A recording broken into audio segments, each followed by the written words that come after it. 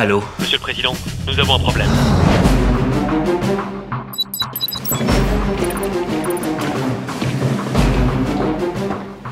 Asseyez-vous.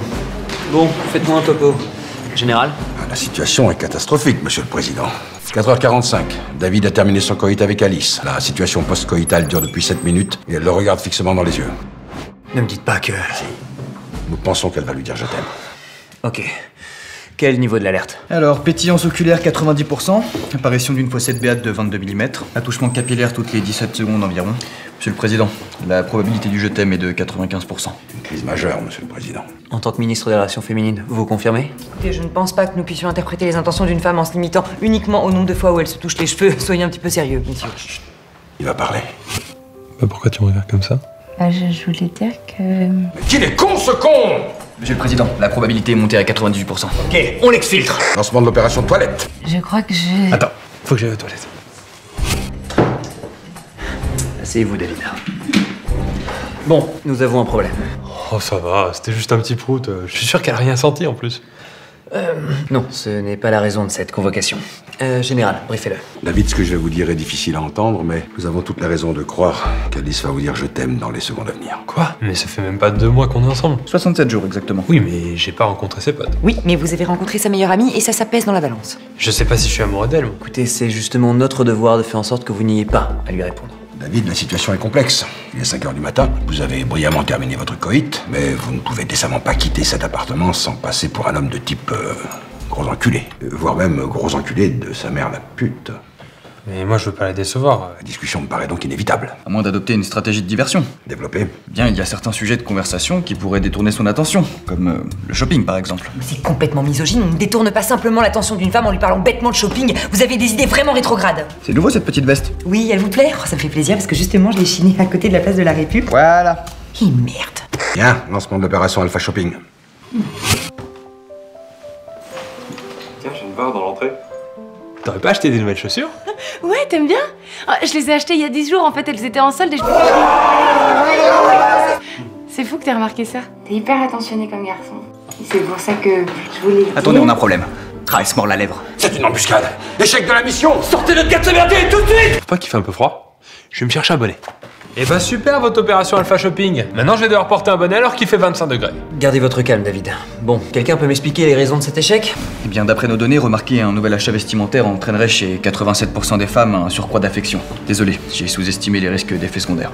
De toute évidence, il faut trouver un autre moyen de la distraire. Madame la ministre? Bah, je ne sais pas, vous n'avez qu'à lui proposer un petit épisode d'une série bien girly, histoire qu'elle ne pense pas à autre chose.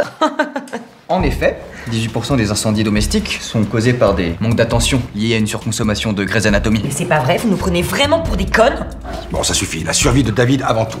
Lancement de l'opération Bêta série de meufs. On se parle d'un petit truc? Ouais. Génial, c'est Grey's Anatomy! Je veux pas te bousculer. Prends ta décision quand tu seras prête. Je te dire, ce que je voulais te dire, c'était que... Mayday, Mayday, exfiltration d'urgence. Moi aussi, je voulais te dire que... Est-ce qu'on a encore des flageolets? Je vais vérifier. Donc, vous êtes vraiment nul. Non mais c'est vraiment pas de chance, la probabilité de tomber sur cette scène était de 0,002%. Je crois qu'il faut casser le glamour. Attendez, on a des flageolets, il faut dégoûter cette femme. Allez, go. Regarde ce que je nous ai préparé. Un bon petit cassoulet. Ah, c'était pour ça les flageolets. Je pensais que t'essayais d'esquiver un truc. Bon, écoute, assieds-toi. Voilà.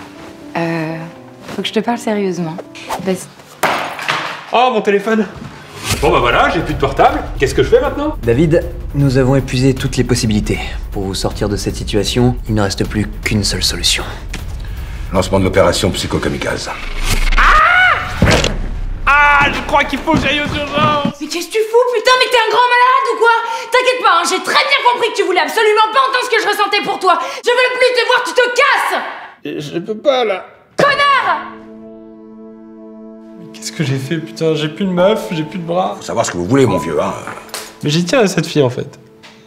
Je suis bien avec elle. Attendez, apparition de liquide lacrymal au sein de la cornée, accélération du rythme cardiaque, tremblement de la lèvre supérieure. Vous êtes amoureux, mon vieux. Merde, mais dans quoi je me suis remarqué, moi? Je crois que je l'aime en fait. Écoutez, mon petit, tout n'est pas perdu. Oui, enfin, avec un casse-toi supérieur à 120 décibels... Fermez-la, vous!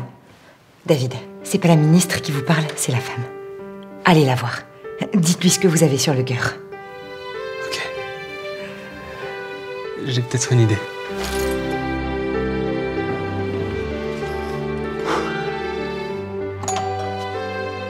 Alice? Je te connais, je sais que t'as pas envie de m'écouter, mais au moins regarde-moi s'il te plaît.